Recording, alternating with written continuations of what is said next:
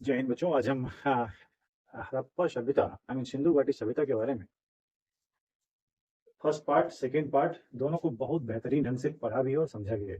इसी क्रम में एक तीसरा पार्ट भी था जो रिमेनिंग था।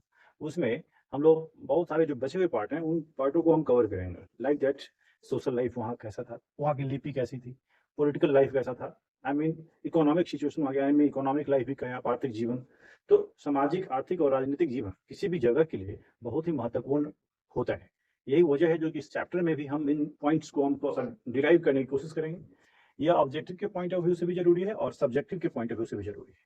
और खास करके जो एक दिवसीय प्रतियोगिता परीक्षा होती है उसमें इन बीच से जिन बच्चों ने सिर्फ क्वेश्चन पढ़ लिया है, याद कर लिया है, उनके लिए मुश्किल होता है। जिन लोगों ने इस तरह से थोड़ा सा एक डेरिवेटिव फॉर्म में पढ़ा है, समझा है, याद रखा है, उनको कहीं कोई दिक्कत ही नहीं होती। इस चैप्टर के बाद हम कुछ एमसीक्यू टाइप क्वेश्चन भी डालेंगे आपके प्रैक्टिस के पॉइंट ऑफ व्यू से। तो निश्चित रूप से वो आपके लिए बहुत ही फ्रूटफुल होगा। उम्मीद करता हूँ कि आप इस चैप्टर के एक भी क्वेश्चन न छोड़ पाए। सभी चीज कवर हो पाएंगी। चलिए इसी क्रम में हम इसी पॉइंट ऑफ व्यू से शुरू करते हैं। हड़प्पाई लिपि स्क्रिप्ट के बारे में पढ़ते हैं हम लोग। पहली बात है ना, स्क्रिप्ट क्या था। एक डायरेक्ट क्वेश्चन आता है इसका कि वहां की जो लिपि थी, वह चित्रात्मक थी। क्या थी वह? चित्रात्मक लिपि।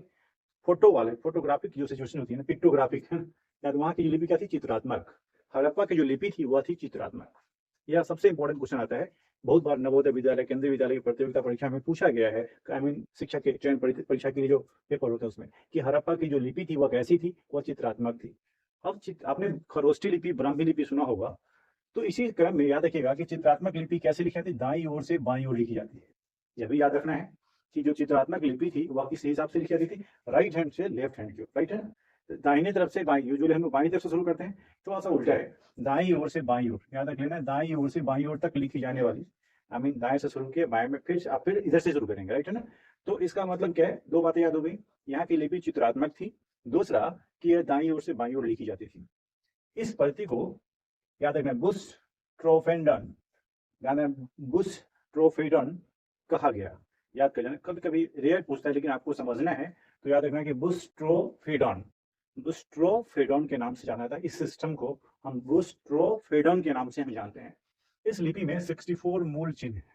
जिस तरह से हमारे वर्ण होते हैं ठीक उसी तरह से ये जो लिपि में 64 मूल चिन्ह हैं। उसमें इस चित्रात्मक लिपि में 64 मूल चिन्हों का, सिंबल का प्रयोग किया गया है, जो मेटालिक सरफेस पे जो इंस्क्रिप्शन टाइप थे उन पे उकेरे गए थे। सबसे पुराना नमूना 1853 में प्राप्त हुआ था। याद कर लेना, यह जो इस लिपि के बारे में सबसे पहला जो साक्ष्य मिला था वह 1853 में मिला था। लेकिन दुर्भाग्यवश अनफॉर्चुनेटली उसके बारे में अभी भी जानकारी प्राप्त नहीं हुई। अभी तक पढ़ा नहीं जा सका है।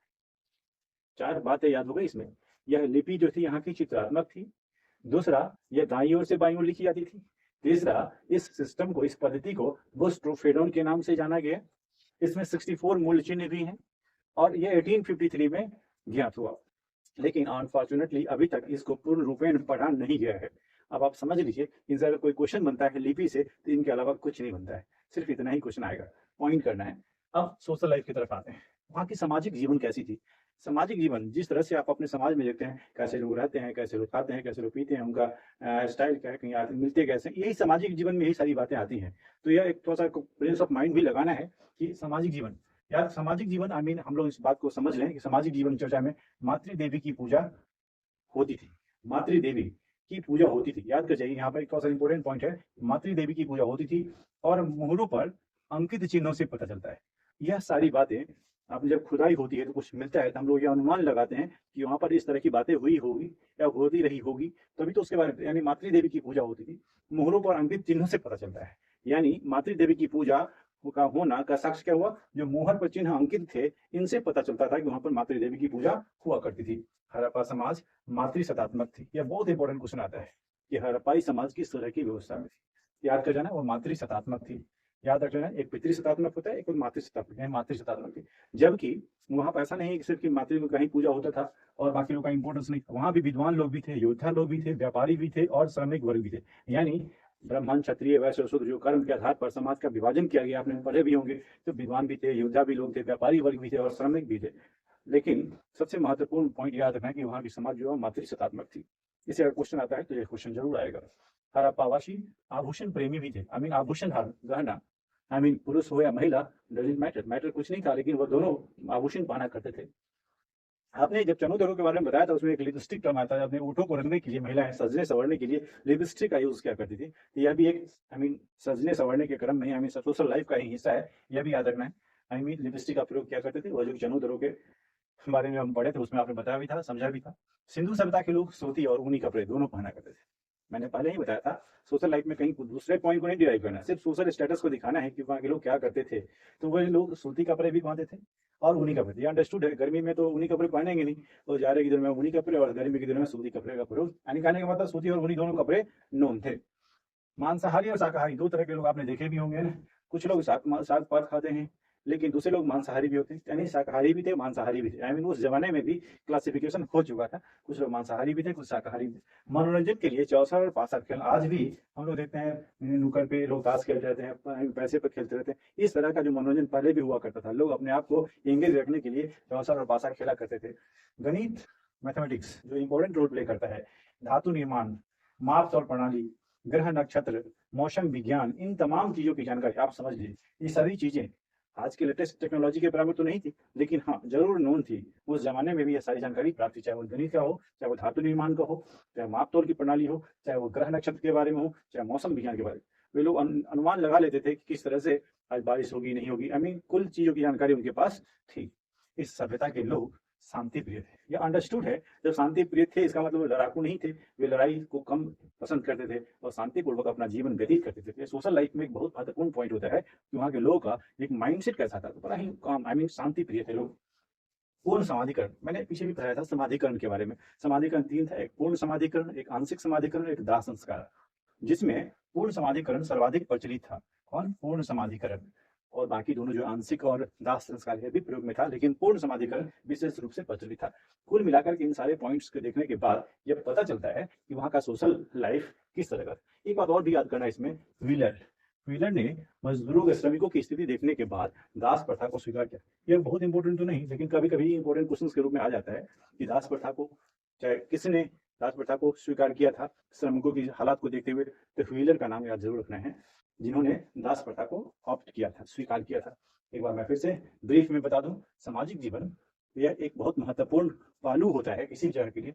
वहां पर हम लोग हड़प्पा समाज के बारे में कर रहे हैं, तो वहां लोग मातृ पूजा करते थे, यानी मुहूर्त पर जो अंकित चिन्ह थे उनके आधार पर हम लोग पता लगा लिए कि वहाँ के लोग मातृ देवी की पूजा करते थे। वहाँ का समाज मातृसत्तात्मक था, जबकि वहाँ विद्वान भी थे, योद्धा भी थे, व्यापारी वर्ग भी थे और श्रमिक भी थे। वहाँ के लोग आभूषण के प्रेमी थे, आभूषण का प्रयोग किया करते थे। साथ में ही महिलाएं लिपस्टिक का भी प्रयोग किया करती थी, जो कि एक जगह है चनहुदरो, जिसके बारे में हम जानते हैं। सिंधु सभ्यता के लोग सूती और ऊनी दोनों कपड़ों का प्रयोग किया करते थे। वे शाकाहारी भी थे और मांसाहारी भी थे। वे लोग अपने मनोरंजन के लिए चौसर और पासा खेला करते थे। साथ में वे लोग शांति प्रिय भी थे, वे युद्ध के प्रेमी नहीं थे, वे लोग शांति के प्रेमी थे। पुजारी थे, गणित, धातु निर्माण, माप तौल की प्रणाली, इन तमाम चीजों की जानकारी, मौसम विज्ञान, इन सभी चीजों की जानकारी उनके पास प्राप्त थी। कुल मिलाकर के वे लोग पूर्ण समाधिकरण को विशेष महत्व देते थे और बाकी समाधिकरण की प्रक्रियाओं के तुलना में। यह था सामाजिक जीवन किसका? हड़प्पाई समाज का। अब हम इसके बारे में राजनीतिक जीवन के बारे में पढ़ेंगे। वहाँ की पॉलिटिकल सिचुएशन कैसी थी। अब आप समझ लीजिए कि वहाँ के लोग, यह बात बिल्कुल स्पष्ट है कि वहाँ के लोग व्यापारी टाइप थे, बिजनेस व्यापार करने में विशेष रुचि रखते थे, राजनीति से उनका विशेष लगाव नहीं था। तो आप थोड़ा सा एक माइंडसेट जरूर हो जाएगा कि राजनीति के बारे में कम ज्ञान था, ऐसी बात नहीं। उनका मकसद जो था वो पैसा कमाना, व्यापार करना था, लोगों को एक दूसरे को सुविधा उपलब्ध करवाना था, न कि राजनीति। हड़प्पा वासी राजनीति की तुलना में व्यापार की ओर अधिक आकर्षित थे। हड़प्पा के लोग राजनीति के अलावा व्यापार को विशेष वरीयता देते थे, प्राथमिकता जो है वो व्यापार को देते थे। शासन व्यवस्था में उनकी भूमिका महत्वपूर्ण थी। ऑब्वियस है, जो लोग ज्यादा ही सक्रिय होंगे उनकी भूमिका, ऐसे भी आपने देखा हो राजनीतिक दल में एक होता है नेता, एक होता है सक्रिय भूमिका निभाने वाले, एक होता है अनुकरण करने वाले। तो जो सक्रिय भूमिका निभाते हैं बात उनकी ही चलती है। ठीक उसी तरह से जो सक्रिय रूप रोल प्ले करने वाले होते उसमें वो कौन थे? व्यापारी लोग होते थे। तो उनकी भूमिका महत्वपूर्ण थी। शासन व्यवस्था में व्यापार की, जो व्यापारिक लोग थे, व्यापार करने वाले, उनकी भूमिकाएं बहुत ही महत्वपूर्ण थी। इसमें दो बातें याद रखना है। हंटर के अनुसार शासन वहां पर जनतंत्रात्मक थी, मतलब डेमोक्रेटिक थी, जनतंत्रात्मक बोले आप। हंटर ने यह बताया था कि वहां की शासन व्यवस्था जनतंत्रात्मक थी, डेमोक्रेसी थी।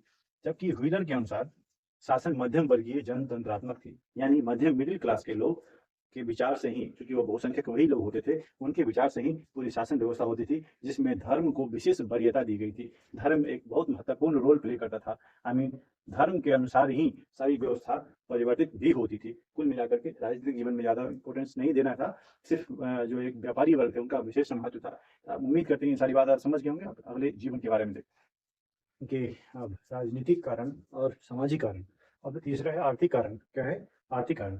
और अगला है धार्मिक जीवन या धार्मिक कारण, जो भी करें आप, धार्मिक जीवन की हम बात कर रहे हैं, राइट है। तो आर्थिक जीवन में क्या समझना है कि वहाँ के लोग किस तरह से अपने जीवन यापन में लिप्त थे, इन सभी चीज़ों के बारे में पढ़ना है। आप प्रैक्टिकल लाइफ में देखो कि पैसा आने का सोर्स क्या होता है, वही चीज़ में पढ़ना है। इस सभ्यता के उन्नति के कारण, अब देखो उन्नति, अब और आप डेवलप हो रहे हो, विकसित हो रहे हो, तो उसके पीछे कोई ना कोई पैसा का रोल बहुत इंपॉर्टेंट होता है। तो वहाँ भी क्या था, उन्नत कृषि, आई मीन अच्छे बड़े पैमाने पर खेती बाड़ी होती थी। उन्नत कृषि एवं विदेश व्यापार, याद रखना, उन्नत कृषि और विदेश व्यापार का बहुत बड़ा योगदान था। साथ में पशुपालन भी, साथ में पशुपालन। याद कर जाना है कि वहाँ की इकोनॉमिक स्थिति सुदृढ़ कैसे हुई, एक कृषि से, विदेश व्यापार से और पशुपालन से। विदेश मिस्र के साथ था, मध्य एशिया के साथ था, मेसोपोटामिया के साथ, आई मीन बाहर से भी इनका व्यापार हुआ करता था। याद कर जाना है कि यह जो उनके आर्थिक जीवन जो थे वह व्यापारिक गतिविधियों में इन्वॉल्व थी, जिसके कारण से उनका आर्थिक विकास बहुत हुआ। उसमें महत्वपूर्ण था उन्नत कृषि, विदेश व्यापार एवं पशुपालन।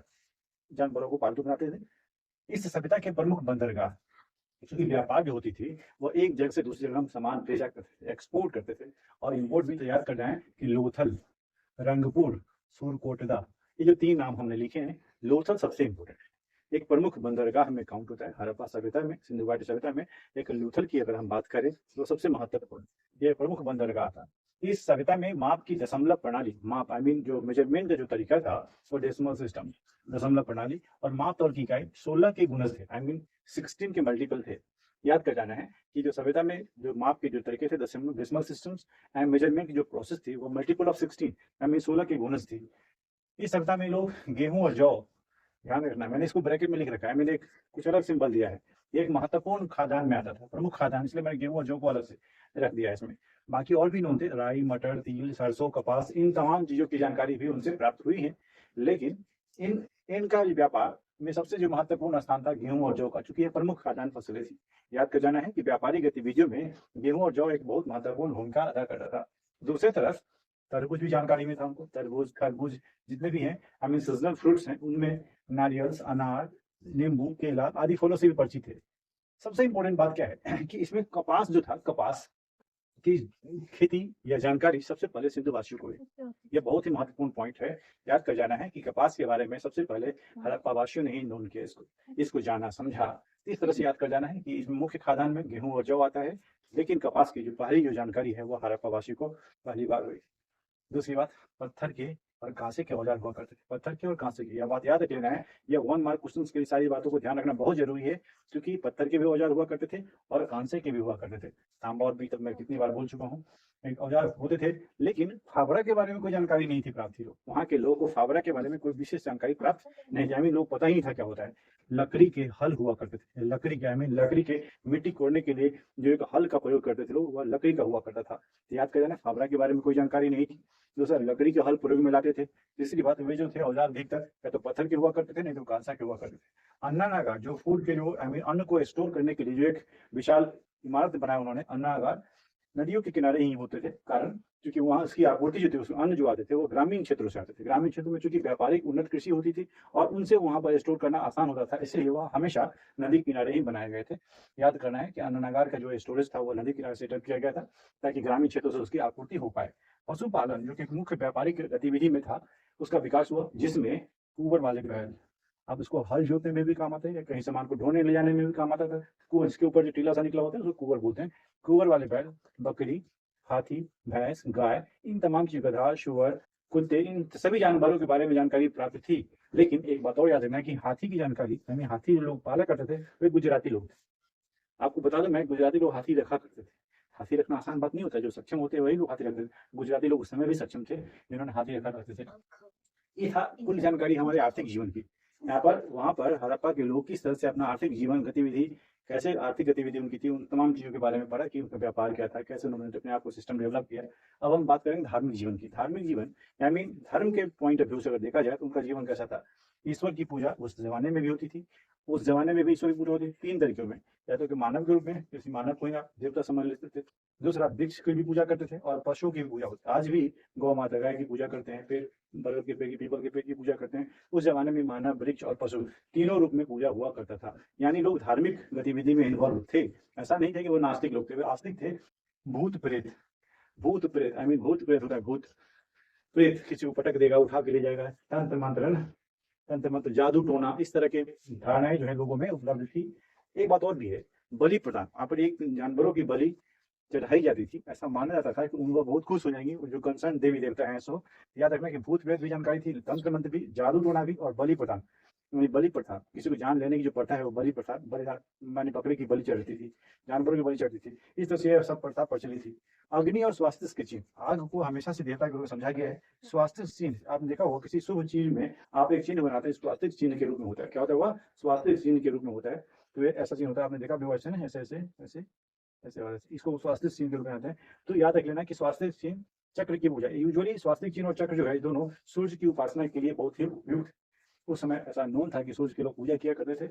मातृ देवी की पूजा हुआ करती थी, मातृ देवी की पूजा हुआ करती थी। और एक सबसे महत्वपूर्ण बात और भी है कि मृण मूर्ति से प्राप्त, मिट्टी से एक मूर्ति प्राप्त हुई जिसको उर्वरता की देवी कहा गया है। याद कर जाना, मृण मूर्ति से प्राप्त एक पौधा जिसे उर्वरता की देवी कही गई, और उनको पूजा के, उनका पूजा हुआ करता था। ये वहाँ के लोगों की धार्मिक व्यवस्था थी। वहाँ के लोगों की क्या थी? धार्मिक व्यवस्था थी। कुल मिलाकर के आपने देखा, सामाजिक जीवन देखा, राजनीतिक जीवन देखा, आर्थिक जीवन देखा, और अब धार्मिक जीवन। ये जो चारों है महत्वपूर्ण, यह आपको एक बार रिकॉल कर लेना है ताकि आपको याद रहे। और आगे इसके हम पतन के बारे में पढ़ेंगे और इनकी देन क्या है। सभ्यता के पतन के कारण, आई मीन जो धरती पे उसको तो जाना ही है, लेकिन इस सभ्यता के बारे में कुछ जानकारियां हैं तो थोड़ा सा ध्यान रखना है। इनका भी पतन हुआ था, लेकिन ये एक कंट्रोवर्सी का सब्जेक्ट है। यूजुअली तो हिस्ट्री कंट्रोवर्सी का सब्जेक्ट रहा है, लेकिन यह सिंधु सभ्यता भी एक पतन की ओर हुई है, लेकिन इसके बारे में सभी का राय एक जैसा नहीं है। इसका मतलब यह कंट्रोवर्सी, वाद विवाद का कंसेप्ट है, लेकिन फिर भी कुछ विद्वानों ने जो मत दिए उसको हमने एक शॉर्टलिस्ट किया है, उसको आपको याद रख लेना है। करना क्या है, इस सभ्यता का क्रमिक पतन हुआ है। क्रमिक मतलब कंजिक्यूटिव, ऐसा नहीं कि एक ही बार में हो गया, एक कंजिक्यूटिव वे में यह डिक्लाइन किया है, पतन हुआ है, मतलब खत्म हुआ है। नगरीय सभ्यता, हम सभी जानते हैं कि एक सभ्यता जो है वह नगरीय सभ्यता है। नगरीय सभ्यता से ग्रामीण सभ्यता की ओर परिवर्तित हुई है। इसका मतलब यह क्रम से इनका डिक्लाइन हुआ है। आई मीन वो इसका जो पतन हराश हुआ है वह एक क्रम से हुआ है, नगरीय से ग्रामीण की ओर। लेकिन यह एक सभी वैचारिक मतभेद है, सभी में पर्सन टू पर्सन वेरी करता है विचार। इस पॉइंट ऑफ व्यू से देखें तो सभी लोगों का, विद्वानों का विचार एक जैसा नहीं है। कुछ जैसे जॉन मार्शल, उन्होंने बोला कि प्रशासनिक शिथिलता के कारण, यानी प्रशासनिक शिथिलता का मतलब क्या हुआ कि एडमिनिस्ट्रेशन प्रॉपर न होने के कारण, या एक जो टाइम टू टाइम जो चेंजेस लाने होते हैं वो सब नहीं होने के कारण, या अपने आप डिक्लाइन हो गया। एडमिनिस्ट्रेटिव रीजन उन्होंने बोला कि ये प्रशासनिक शिथिलता के कारण ऐसा हुआ। दूसरा, अमलानंद घोष जी ने क्या बोला कि वो जलवायु परिवर्तन, I mean climate change. Climate आपको पता है कि sum total of weather condition, I mean जो एक जलवायु है वह 1-2 साल में नहीं बदलती है, वो I mean it will take 20 to 30 years. तो यह जलवायु परिवर्तन के कारण ऐसा हुआ। यानी अमलानंद घोष जी का कहना था कि यह जलवायु परिवर्तन का परिणाम था कि सिंधु सभ्यता आई मीन पतन क्यों चली गई। एम.आर. साहनी, इनका कहना यह कुछ और था कि भूतात्विक परिवर्तन है, यह भी वही है, रैपिड चेंज, जल प्लावन, जैसे कोई जैसे भूकंप आना हुआ नहीं, जो कि भूतात्विक आई मीन जो भूतत्व है वह एक आपस में जगह बदली, जिनके कारण पानी पानी हो गया, वह नष्ट हो गई। तो इस तरह से सबका विचार। कैनेडी ने क्या बोला, महामारी, जो आज भी हमने कोरोना की बात सुन रहे हैं, वो एक महामारी है, एक कंटाजियस डिजीज होता है, जो एक जैसे मलेरिया। तो इन महामारी के कारण जो प्राकृतिक आपदा में काउंट होता है, नेचुरल डिजास्टर्स के रूप में हम जानते हैं, तो इनके कारण इनका विनाश हुआ है। कैनेडी ने, गार्डन चाइल्ड और व्हीलर का अलग कंसेप्ट था। उनका मानना था कि बाह्य आक्रमण, बाहरी लोग, आर्यों के आक्रमण के कारण, बाहरी आक्रमण से ये स्वभाव हो गए, यानी खत्म हो गए। यानी जितने लोग, जितने तरह की बातें याद रखना है। जॉन मार्शल, अर्नेस्ट मैके और एस आर राव, इन तीनों का मानना था कि बाढ़ के कारण ऐसा हुआ। बाढ़ जो एक एक्सेसिव वाटर फ्लो जो होता है उसी को हम बाढ़ बोलते हैं।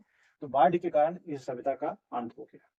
तो जो आपको लगता है एक बाढ़ जो कि ड्रास्टिक चेंज लाता है, एक बहुत परिवर्तन ला देता है, नष्ट करता है, एक बड़े पैमाने पर नुकसान पहुंचाता है, यह है। महामारी भी एक बड़े पैमाने पे। तो इस तरह से हमारे पास कोई एक ठोस सबूत नहीं है, लेकिन जो हम लोग व्यवहारिक तौर पर समझते हैं, बाढ़ के कारण ऐसा हो सकता है। आक्रमण से पूरा एक साथ स्वाहा नहीं हो सकता है, महामारी से हो सकता है। आपने देखा अभी हाल ही में बहुत बड़े पैमाने पर नुकसान हुआ है। तो कुल मिलाकर के बाढ़ और महामारी का जो कंसेप्ट है, यह एक मानने योग्य लगता है, एक व्यक्तिगत विचार से सोचा जाए तो इस तरह से पतन के कारण ये सब रहे। आपको अपना भी दिमाग लगाएंगे, लेकिन कुछ पॉइंट जरूर लिख लेंगे, डिस्क्राइब करेंगे। सिंधु सभ्यता की देन। अब हम कुछ बात जो पीछे पढ़े हैं उनसे थोड़ा सा रिकॉल करते हैं, वही बात इधर लिखना है। हमने क्या-क्या इसमें पाया? सिंधु सभ्यता से आपको क्या मिला? सबसे पहला तो एक मुझे लगता है कि नगरीय सभ्यता आपको एक सबसे बड़ा देन मिला। वो बात मैंने लिखा भी है, सिंधु सभ्यता की प्रमुख देन नगरीय जीवन के क्षेत्र में। नगरीय यानी लोग शहर में रहना, शहर के लोग कैसे रहते हैं, कैसी व्यवस्था होती है, इन तमाम चीज़ों की जानकारी उन्होंने इस सभ्यता के द्वारा ही मिली। पूर्ण विकसित नगरीय जीवन का सूत्रपात इसी सभ्यता से हुआ है। इस तरह से पूरा रूप से डेवलप कि एक अधिकारी वर्ग कहीं और रहते हैं और कर्मचारी वर्ग कहीं और। इस तरह से एक डेविएशन भी था। यह भी एक बहुत बड़ा एक चैलेंज था। अब देखिए दशमलव प्रणाली, माप तौल प्रणाली, नगर नियोजन, टाउन प्लानिंग जिसको बोलते हैं, सड़क और नालियों की व्यवस्था, आई मीन ड्रेनेज सिस्टम और बहुदेववाद का प्रचलन। जितने भी देवी देवता हैं, आप आज देखते हैं जितने लोग उतनी 33,000 करोड़ देवी देवता सुनते हैं आप, है ना? उस तरह से बहुदेववाद, मानव को भी, पेड़ को भी और पत्थर को भी, आई मीन बहुत चीज़ों को पूजा करते थे लोग। भूत प्रेत का भी कंसेप्ट था, जादू टोना भी था। आई मीन लोगों के मन में अलग-अलग तरह की बातें थी। आंतरिक एवं बाह्य व्यापार को भी बढ़ावा मिला। ये सब जो देन है, वह सब इस सभ्यता की बहुत अभूतपूर्व देन है, जिसके कारण हम अपने समाज को एक व्यवस्थित रूप में देख पाते हैं। तो हिस्ट्री से हमें इन महत्वपूर्ण चैप्टर को पढ़ने के बाद ये कंक्लूजन मिलता है कि उस ज़माने में समाज में नगरीय व्यवस्था थी, तो किस तरह थी? वहाँ का सोशल लाइफ कैसा था? पॉलिटिकल लाइफ कैसा था? I mean social, political, economic सभी जीवन के बारे में पढ़ा। उनका पतन कैसे हुआ? उनकी देन क्या है? कुल कांसेप्ट इस चैप्टर का यही है। अगर कोई क्वेश्चन आता है, इसके अलावा कहीं से नहीं आएगा, इन पॉइंट्स के आधार पे। और आपके लिए डिस्क्रिप्टिव के लिए बहुत बड़ा एक इंपॉर्टेंट नोट भी बन गया। आपसे एक बहुत गुजारिश है, रिक्वेस्ट है कि आप इसको एक नोट भी करते चलें, ताकि आपके लिए एक सपोर्टिंग मटेरियल के रूप में भी बनता है। जब कभी अगर कन्फ्यूजन हो, तो एक बार वीडियो गो थ्रू कर दीजिए, लेकिन कंसेक्यूटिव वे में।